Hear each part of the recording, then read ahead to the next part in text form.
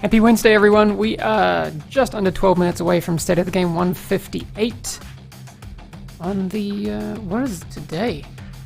It's the 6th of May? Damn. That's crazy. I hope everyone's doing okay in the crazy world that we seem to be living in these days. And you're taking care of yourself and, you know, staying indoors. So do that. Because I kind of want to make sure that we all get through this as quick as possible. Even though it's going to take some time. Because I just want to get back out there on my bike. You know? Touch some people's faces. You know?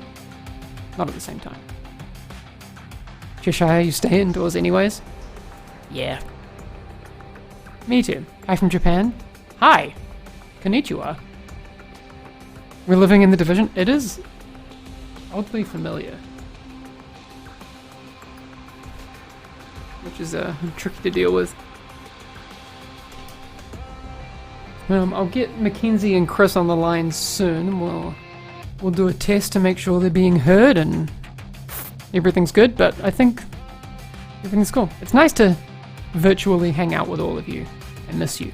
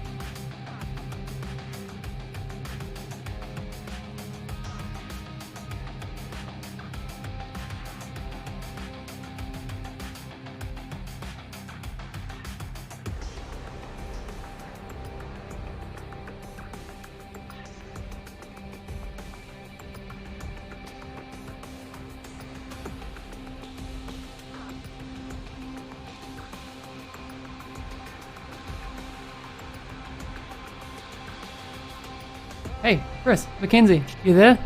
Hi, chat. Hello. How are you guys doing? It works, I think.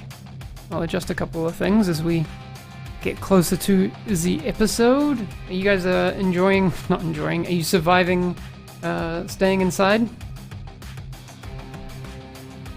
Yeah, I mean, you know, Sweden is Sweden, but we don't have to go out that much. We can do most of the stuff at home, so that's, you know, pretty safe and sound, I guess, is the wording I want to use. Yeah. Mackenzie, what about you? Yeah, it's been good. A lot of bonding time with my cats, you know. Yeah, sounds about right.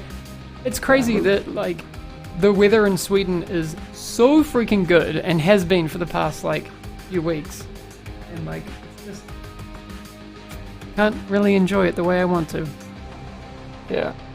It's like it finally is nice weather the second that you're supposed to stay inside. Exactly. But, I mean, you know, Yeah. the least of our worries right now. Alright, Yeah, we'll be indeed. back in 6 minutes. We will see you all in a little bit for State of the Game stuff. Alright.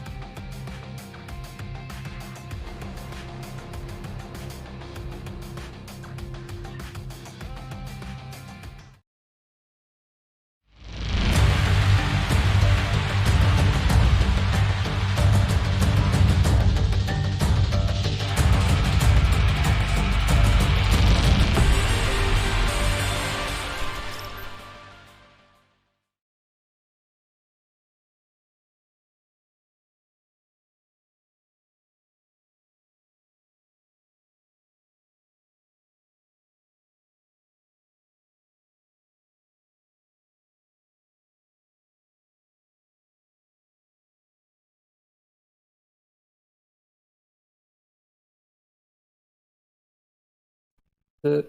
It's fixed. It's fixed. I got it. Okay. It was the usual spiel. State of the game 158. Hi everyone, and then a big secret that you all missed. Yeah. I think it was the raid release date that we definitely release won't date, repeat. that was- Sorry.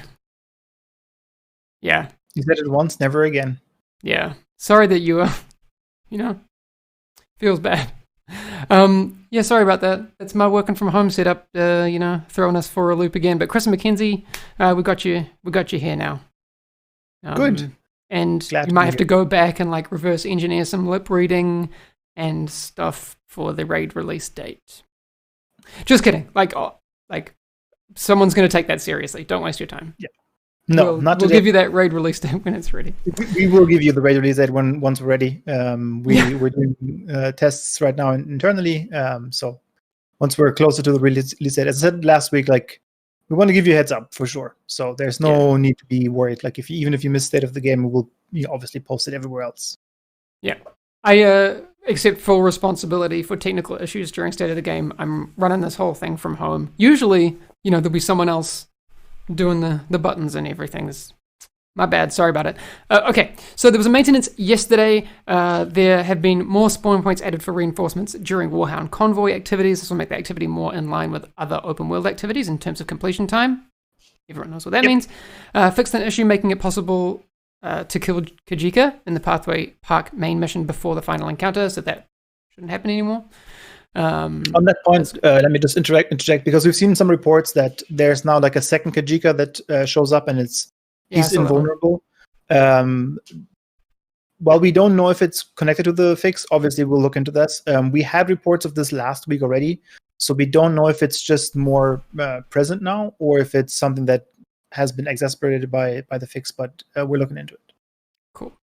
That's good to know. The thing I wanted to get to next, because I know it's been a hot topic, especially in the past 3-4 days, mostly, the shade level points being regained by using points in conflict.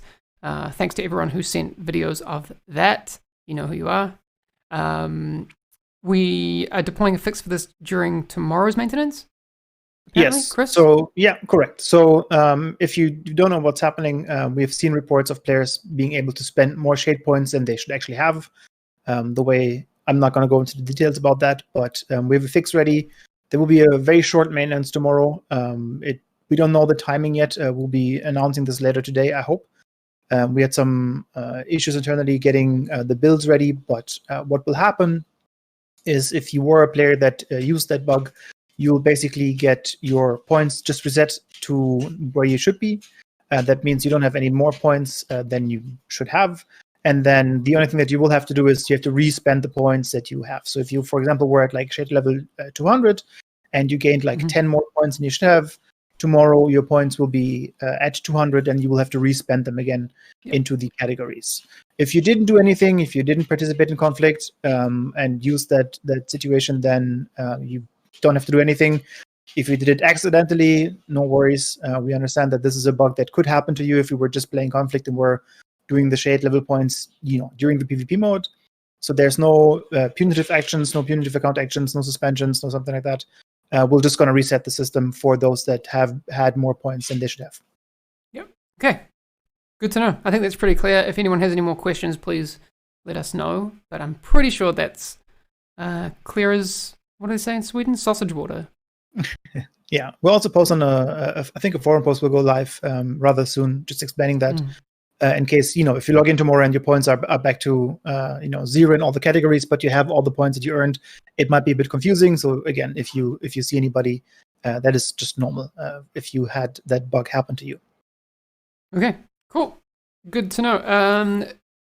What's the deal with Delta and Foxtrot errors, Chris? Yeah, so we've been looking into this for a while now. I know that a lot of people in the Asia Pacific region have issues. We're seeing more reports on PS4 about this, but in general also other platforms. It's a little weird because we've never seen this come up in the Division franchise before. So we actually had to implement some new tracking to figure out what's happening internally. So that's continuing with the work. We have done some backend changes on the service, so we've seen that the overall amount of Foxtrot errors has gone down. but it's still there, and obviously that shouldn't be. So work continues. We obviously have this as a high priority for all players because we know that even if we're saying like Asia and Pacific right now, I also know that there's people in Europe that are affected by this. So it's a big topic for us. But again, it's been really weird to figure out because it's not something that we've seen before. And as I said before on State of the Game as well, if we don't have the underlying cause, it's very difficult for us to fix it. And we're doing some back end things to mitigate it, but we definitely want to fix it properly. Okay, good to know. I want to get to Mackenzie's topic as quickly as possible because I think it's the juiciest information that we have today. The NPC balance changes in 9.1. Yes, coming next week. Correct. Yeah, let's start with that first. Exactly. Like so. I talked about that last week. So we have a final date for 9.1 now. It's next week, Tuesday. Mackenzie is here to talk about all of the changes that he has been working on. I just want to reiterate again, like this also has a bunch of bug fixes. We'll get you a proper list by Monday evening that goes out as the usual maintenance notice. But again, I talked about this last week. So the FPS drops in the Dark Zone, for example, that gets a first improvement next week, Tuesday. I know that people have been reporting that the Oxidizer, if you use the skill on enemies, it actually also reduces the shield or that does damage to shield to allies. That's going to be fixed. And then the annoying recommended activity tab, that's also going to get fixed next week to have that not be there permanently. And then also the frenzy talent that can stay active, that's going to be fixed next week so that it disappears when you swap weapons properly. I have a full list again next week when we're closer to the patch. Again, this is a client-side update. That means we can do some UI changes as well. And I know that Stadia users, for example, have said like, "Hey, my M1A and my Baker's dozen, the numbers are not correct." That will also be fixed with 9.1 because we can update the UI in this point. And now we can get into the beefy part because Mackenzie did a bunch of work, and I'm very excited about that as well. All right, Mackenzie, the top level stuff. What's if you were to summarize what you've been working on recently that's coming next week, how would you sell it to me? So I'd say that it's ironing out the outliers in the game currently with NPCs. So to be very clear, this isn't a global balance change for NPCs. We are discussing that right now. We're looking at doing that for TU10. Okay. So what we're doing for 9.1 is fixing the skills, weapons, abilities that really stand out as a difficulty spike compared to everything else. Okay. All right. No, that's nice and clear. What are the key ones for you that are the outliers then? Yes. So the hyena assaults, the SMG that the Red Bar uses. Mm-hmm. I've seen all the amusing Reddit posts and everything. It's definitely doing more damage than it should be. So we're nerfing the damage of it, and we're reducing the out of cover accuracy for it. Okay. Another thing is status effects from NPCs. We're reducing the damage that burn does and also bleed. Something to note with these status effect changes is that it's also going to affect PvP. And there are more PvP changes coming in TU10 as well. Good to know. All right, chat seems happy about that one. Yes. Glad you dropped that. That's awesome. Grenade accuracy, that also is getting nerfed for NPCs. So we're reducing the accuracy of the grenades the further away they are from their target. Something to know with that, elites do have better accuracy, and hunters, rogues, and legendary have better accuracy than elites, but you should still notice a difference with that. And we've also gone ahead and reduced the accuracy of the hyena throwers airbursts, the Black Tusk mini tanks grenade, and the cleaner turrets napalm airburst. Something to note with the grenade accuracy stuff is that the different throwers from different factions have different optimal ranges. So like the cultist thrower, their optimal range with their Molotov is 20 meters. Mm-hmm. So if they're further away, you're going to notice that inaccuracy sooner, whereas the hyena thrower with their airburst grenade, their optimal range is 30 meters. So they're going to have to be further away to be less accurate, but it should still be noticeable. Okay, very good. Someone was just... Sorry, Chris, you go. Yeah, so not only are you working on the accuracy so that they hit you less often, but also like the fire, as you said, just does less damage. That means overall you'll see a bigger increase than just like, they don't hit you as often, but they also don't hit you. Like if they hit you, the impact is not as high, right? Correct, yeah. So it should come together to feel quite nice. Okay. Another thing that we've seen posted, NPC blind fire accuracy. We are reducing how accurate NPCs are when they blind fire. Legendary were super accurate before with their blind fire. They are now less accurate. They're not as inaccurate as normal grunts. Instead, they start inaccurate, and then the longer they've been blind firing, the more accurate they get. They still don't get super accurate, but that's just something to keep in mind, that if you were to do a 20-second blind on a legendary, after 5 or 6 seconds, they will start to get semi-accurate again. There's diminishing returns with that. Okay, cool. Please dump all of this on us. Okay. NPC aggressiveness. So we're looking into this. One thing to note is there's not an easy global fix that we can do here. I've seen posted before people thinking that with TU8 and Warlords of New York that we intentionally made NPCs more aggressive, which we did not do. We didn't intentionally make NPCs more aggressive. It's just a combination of changes that were for other things, sometimes leading to it, and then also just the increased difficulty of the game since TU7. Like with the change that we made in TU8 to make the game actually hard, it exposed a lot of underlying things that we weren't seeing before. Okay. And so the changes that I'm going to list here about NPC aggressiveness are very specific fixes, and we're looking into more. We're looking at videos, we're playing at home, and it's going to take some time. But we're doing our best. All right, great. So we've reduced the frequency and aggressiveness of NPCs' behavior to advance on hidden targets. So that means if you were hidden for 8 seconds or something before, certain factions which were considered aggressive, like the hyenas, they could start to advance on you because they couldn't see you. So now we've made it so that they have to have not seen you for a longer amount of time, and we've adjusted how they advance on you, so that it should feel less aggressive. Okay. So they have a lower passive perception. Yes. Basically. Yeah. All right. Cool. Sorry, I've been itching to play D&D. But please keep going. Yes. Another fix. With the Hyena Assault, Cleaner Assault, and Outcast Assault, if you got really close to them, so within 5 meters, they would start their too close behavior, and they had a custom one which would have them circle around the player. But it could get stuck in a loop, and they would just aggressively circle you, basically until you ran away from them. So we fixed that now, so it times out after 6 seconds or so.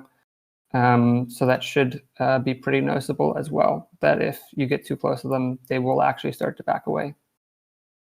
Okay. Another fix. Sorry. No, please keep going. I keep thinking you're coming to the end of this list of things, but there's a lot. There's more than I expected. No, this is less than halfway through. I'm like, yes! I'm excited about that. That makes my job really easy. I'm just going to sit here and drink my tea. Sweet. Another fix for NPC aggressiveness, the non-tank NPCs, so people who aren't a heavy, when they were affected by status effects like burn or blinds, they could aggressively path towards you, so they'll no longer do that. If they're on fire, instead, they will try to maintain their existing distance from you or back away. So that should help as well with that. Looking on some buffs for players, we've buffed player skill survivability. So we've reduced how much damage player skills take from NPCs. We've also buffed some player status effects. So we've increased the damage that bleed does to NPCs, poison, and the napalm ensnare from the cleaner's turret. So all of those will do more damage to NPCs now. On that, just because I know that people will be asking questions, that is specifically for NPCs, right? Like in PvP, that will not do anything. We're not increasing any damage in that area. Yes, this is only for NPC. As mentioned before, we actually reduced the bleed and burn damage in PvP. and against players in PvE. Another nerf, which I've seen, I think a post today about on Reddit, the cleaners tank their flamethrower. The range was crazy long, so that's been reduced as well. With the Hyena's RC car, we've seen that's killing people much more frequently than it should. So we've gone ahead and reduced the damage of the RC car explosion. We've reduced how long the lingering fire stays on the ground from the elite RC car. And we've also reduced how often they deployed. And one last one, we reduced how long the burn and confused status effects applied by the elite RC car explosion, how long those last.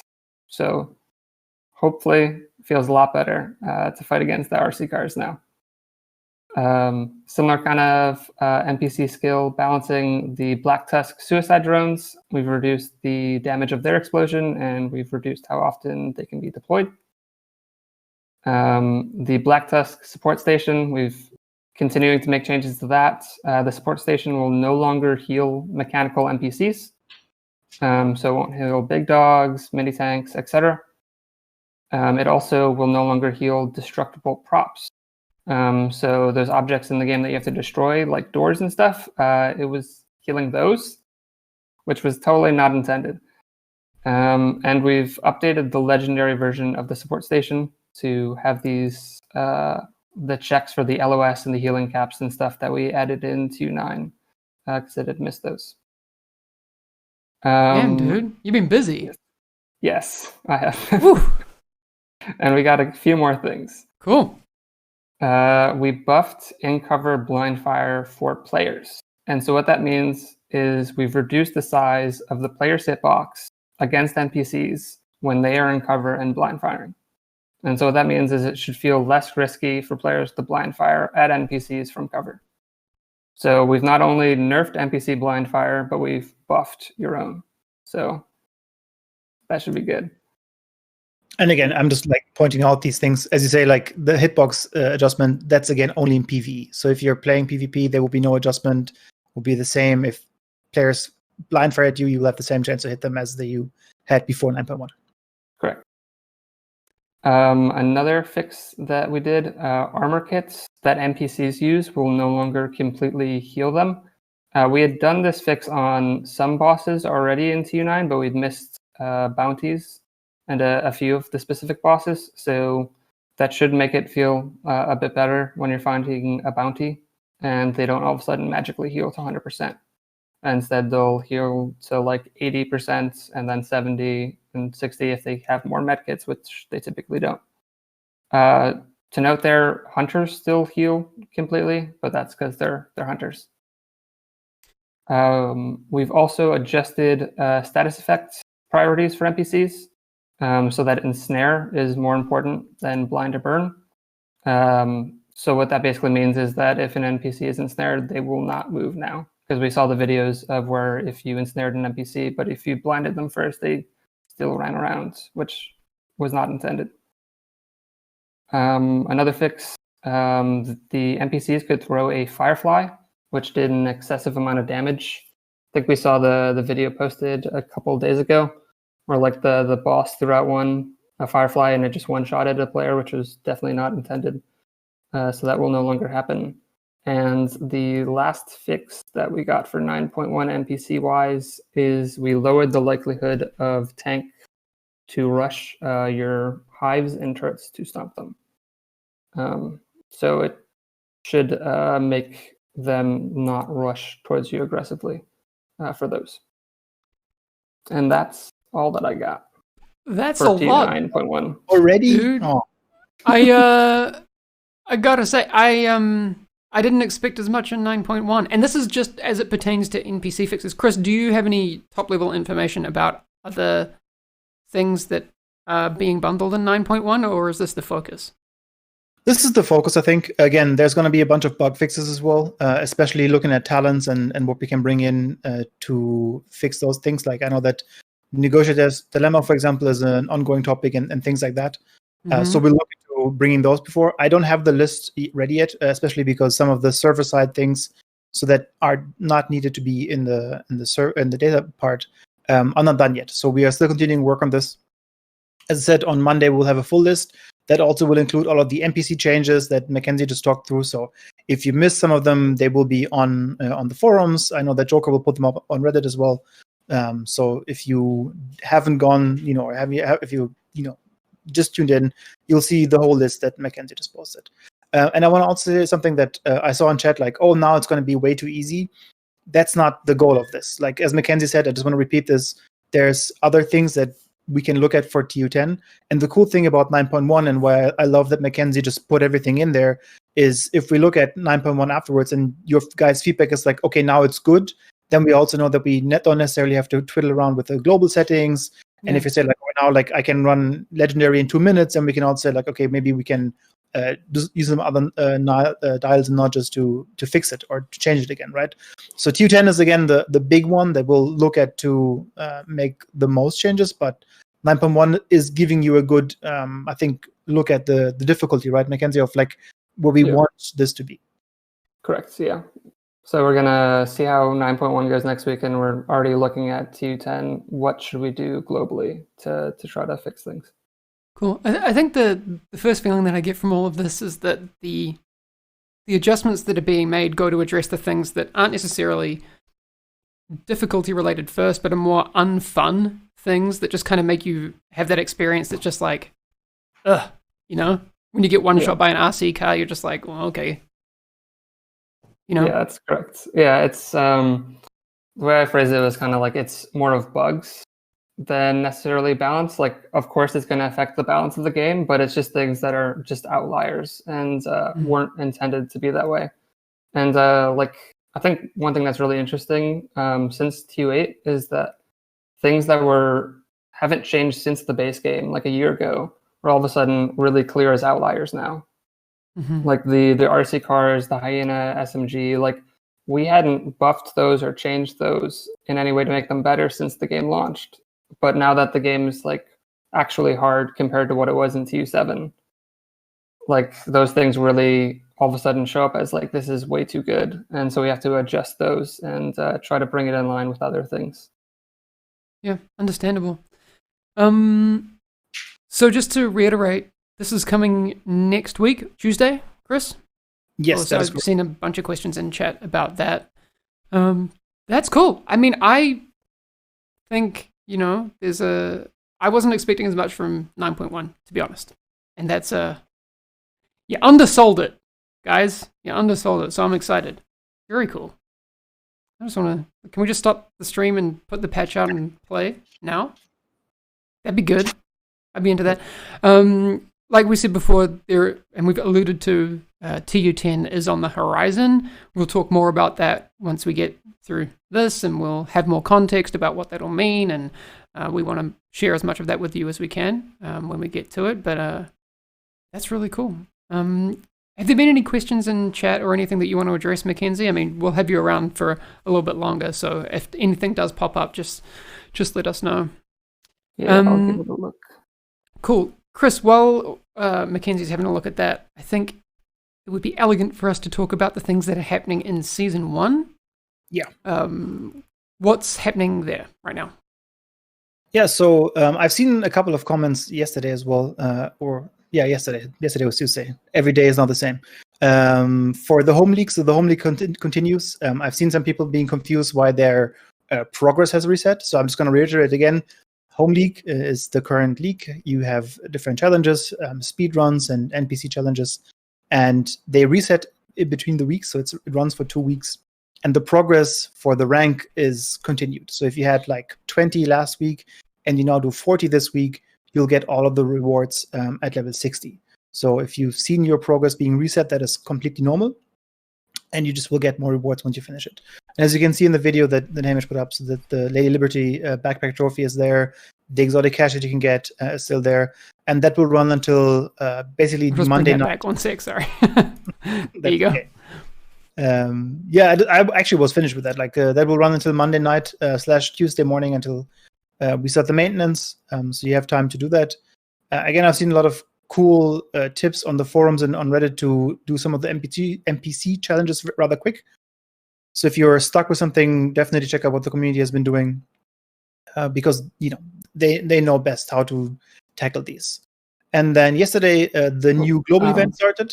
Yes. Sorry, could I interject something about the league? Saw the posts about rogue agents spawning in leagues, which they should not be.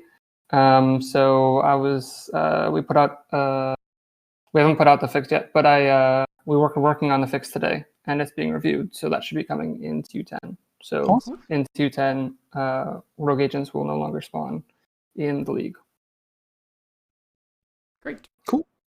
I think that's really a good change because we've seen a lot of people like, oh, I had such a good time, and then you have a rogue agent encounter, and they just wipe the floor with you, and you're like, well, I guess I have to start over again. Yes. Yeah, that shouldn't happen.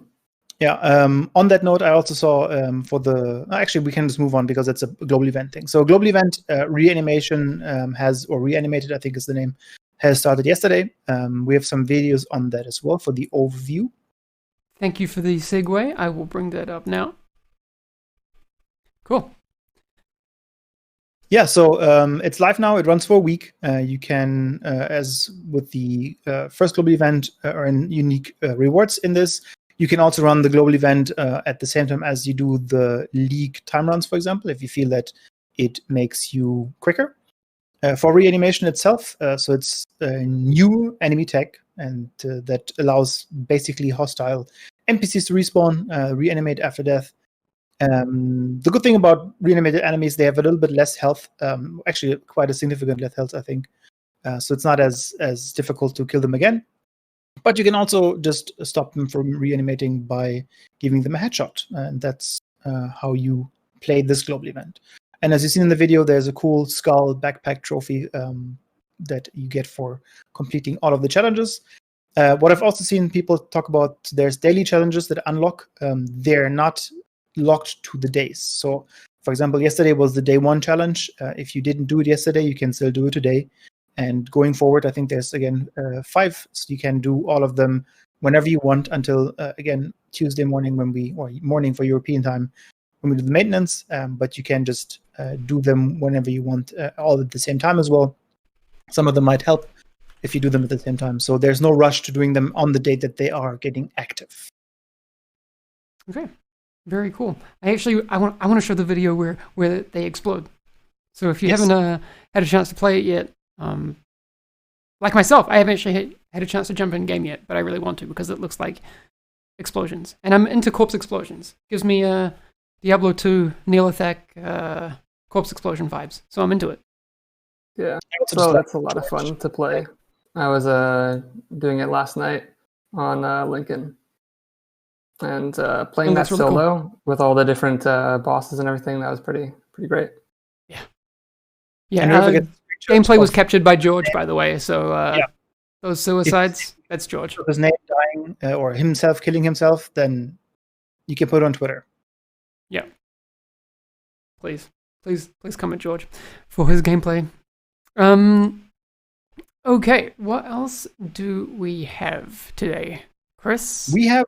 So just a reminder, the Manhunt is obviously going on for the season as well. If you haven't participated in that, there's currently 3 Manhunt targets that are available. The map in Washington and New York has been basically painted by them where they are. You can, again, take them down this week, or you can wait until next week, because next week will be all 4 Manhunt targets available. And then that also means if you have taken them all down, you will be able to access the special mission that is for the prime target, which is Jupiter. And we've been talking about this. The EMP Sticky skill mod will be the reward, or one of the rewards that you get from killing Jupiter. And again, you can do all of them next week if you want to wait. You can also start progress this week already on the 3 that are available. And I also want to mention, because we've said that in the past, so the EMP Sticky skill mod will become available after the season ends. So you know, if for some reason you're not available until like June because you have to go somewhere or you have to do something, that's fine. We will find a way to make it available via gameplay. It will likely not be available immediately after the season ends, just because we do want to reward players that are participating in the Manhunt during the season, instead of waiting for it to end is the better alternative. That's not quite where we want to go with it. And if they're, we know that people wanted to play the special mission that we've talked about for Jupiter as well after the season ends. We'll see how that goes and where that goes. Maybe that's something that we can talk about with Trick and one of the future state of the games as well. Perfect. I like it. There's also, I want to talk about the sports ball outfits. Go quickly as well. So what's happening there, Chris? Yeah, so for those that haven't looked into the apparel shop yesterday, we just wanted to highlight this because we've actually got a bunch of DMs on this. So the Team Spirit outfits are now available for purchase. They were previously not available for purchase, but they now are.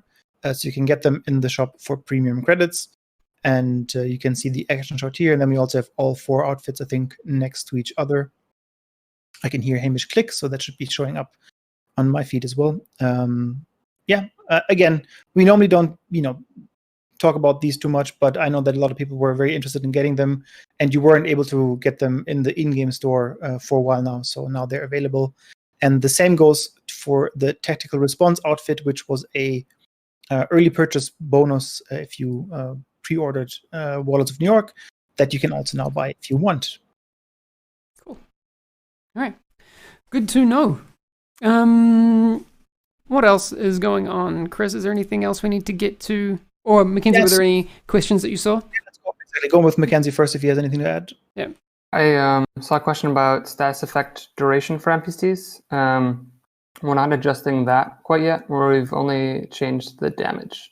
And we're going to see how that goes with 9.1, and then we'll look at if we need to make additional changes. That's kind of the case for all of 9.1, that we're going to see how it goes, see how it looks, see if maybe the changes to the Hyena SMG aren't enough, or we're just going to really look at the situation. And if more changes need to be made, then we're going to make them. Because the game should be fun, and that's just kind of, we need to find the right point for everything to be at. The game should be fun. That sounds like a really good design ethos. I have a couple of questions for you, Mackenzie. I saw in chat that someone has recognized you from your House Hunters International fame. No. Should I not point this out? Oh, no, it's fine. Fun fact. Yeah. Someone else at Massive was also on House Hunters International. Yes. Yeah. Noel Wallen. You may have seen that before. It's good stuff. Yeah, we worked together. We actually had the same realtor on the show. There you go. My partner actually makes a B-roll, a really convoluted B-roll appearance in Noel's episode. Anyway, there you go. And also, nice. How do you keep your hair looking so presentable? Oh man, showers. But have you cut it? No, I just lockdown? Got lucky. I had a haircut on Valentine's Day actually, so it was right kind of before lockdown. That looks fantastic for Valentine's Day cut. Yeah. Well done. I've seen some question on 9.1. So that's again next week, Tuesday, normal maintenance time. When that come out, then I see a very angry, all caps chat message about loot. As we said, loot is a topic that we'll tackle with TU10. So I know that the team is looking into what we want to do and what we want to make sure if and when and how it looks like. I know there's a lot of feedback that is regarding legendary, especially, and all the purple things. I know that Nikki has done some I want to say suggestions internally, and I don't want to talk about them any now because I don't know if they've gone in. But I know that, for example, control points and how that loot looks like in the caches and everything is a topic that is being discussed. Again, if we have more information that will be available, we'll share it with you, maybe with Nikki on the stream, or again, Trick also might be coming in and all that stuff. One thing I want to mention, because we are still the Division game on Twitch, is also that we have posted that there's currently no event going on for the Division 1 for the first game. That is still being worked on. So as you might imagine, we have to make a new build for the game. And with the current work from home situation, it's a little bit more difficult than anticipated. So it will just take some more time. We will have another, yearly schedule for events in the first game. That is the plan. We don't have an update yet. And that's it for me. Someone asking, where's Yannick? We had to cut him from the show because he didn't get a webcam. So he got fired. Yeah. He and he was also not wearing any pants. That, wasn't going to fly. Good question. Yannick's in chat. Get a webcam, Yannick. Get a webcam. I miss you. Okay. There's a couple of really cool agent highlights I want to get to today. I know, like, we've had a lot of information, so thanks, Mackenzie. Super appreciate it. Yes. Some people aren't super interested in agent highlights. I am. We've had the information. Yannick says you don't want to see my hair right now. I do, actually. All right. Wait, agent highlight. I just saw something in chat that is really important. Yannick just said that he's not Mackenzie, and I'm confused. What? Yeah. Something that I don't quite understand with that. All right. Agent highlight number 1. It's an update from SHD Umbra. This one is super cool. So, Chris, I think you'll be able to see this one. Umbra's been hitting us with a bunch of really cool miniatures, but this one's my favorite so far. Joe Ferro. That's 10 out of 10 for me. Super, super cool. Super awesome. I'm into it. That's like the details in this. Like, again, I have no talent whatsoever. So whenever you guys like show us what's going to be on the show, I'm just like blown away. No talent with miniature painting, or just no talent across the board? Like, I just don't know how I'm got here. So okay, all right. And then this next one is a really cool story. So LDB Gaming with the Rogue Watch tattoo. I was blown away with it at first, and we got into a little bit of a Twitter exchange about it. The rest is, I don't know, maybe it's just me, but my least favorite part to get tattooed on. So we were chatting about that, and then he sends me a link of his video. He's doing it to himself. Like, yeah, that's when you just insane. said that before, I was like, that's not. I would just like die because I heard how painful that is, and he just like casually makes like a really cool tattoo as well by himself on his own wrist. Yeah, that is awesome. So if anyone has any of you mods, if you can go to LDB Gaming on Twitter and then find the YouTube link, it's pretty recent, and just post it in chat. It's insane. Like, anyway, I'm mad impressed. So LDB Gaming on Twitter if you want to see some of that. It was for his 10,000 subscriber celebration. So what do you do for 20,000 to top that? I don't know. I'm not sure. Because that's I don't know. Maybe you get like a Fei Lao tattoo on your face. That's I kind of. I'm giving ideas. Yeah. Oh, you could. Okay. You could like get, I don't know, Sawyer's knee pads like tattooed on your knees. That'd be pretty sick. Chris, why aren't you committed to this idea? That sounds mighty painful. Yeah. One that, and then 2.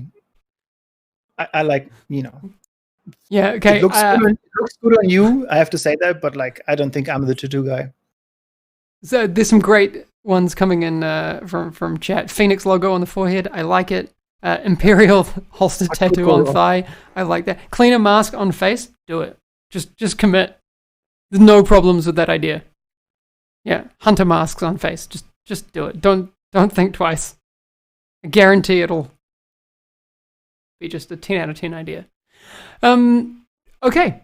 That is all for today, unless you guys have anything else you want to get to. Maybe some reminders about when people can expect this, Chris.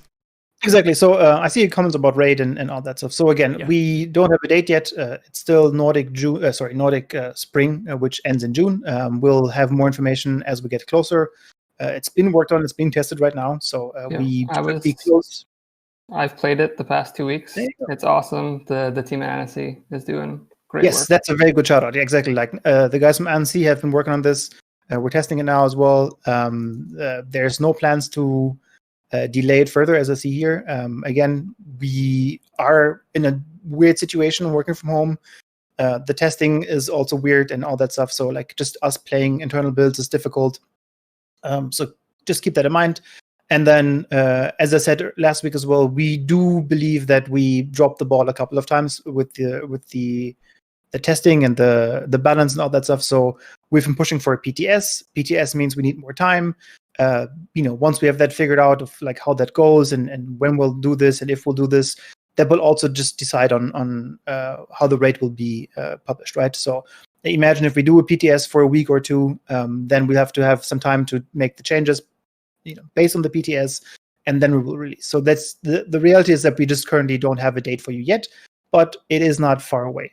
So it's not going to be winter or something like that. We want to stick with the spring, and that's all we can say. But we will give you enough heads up on the changes and when it's coming so that you can be prepared.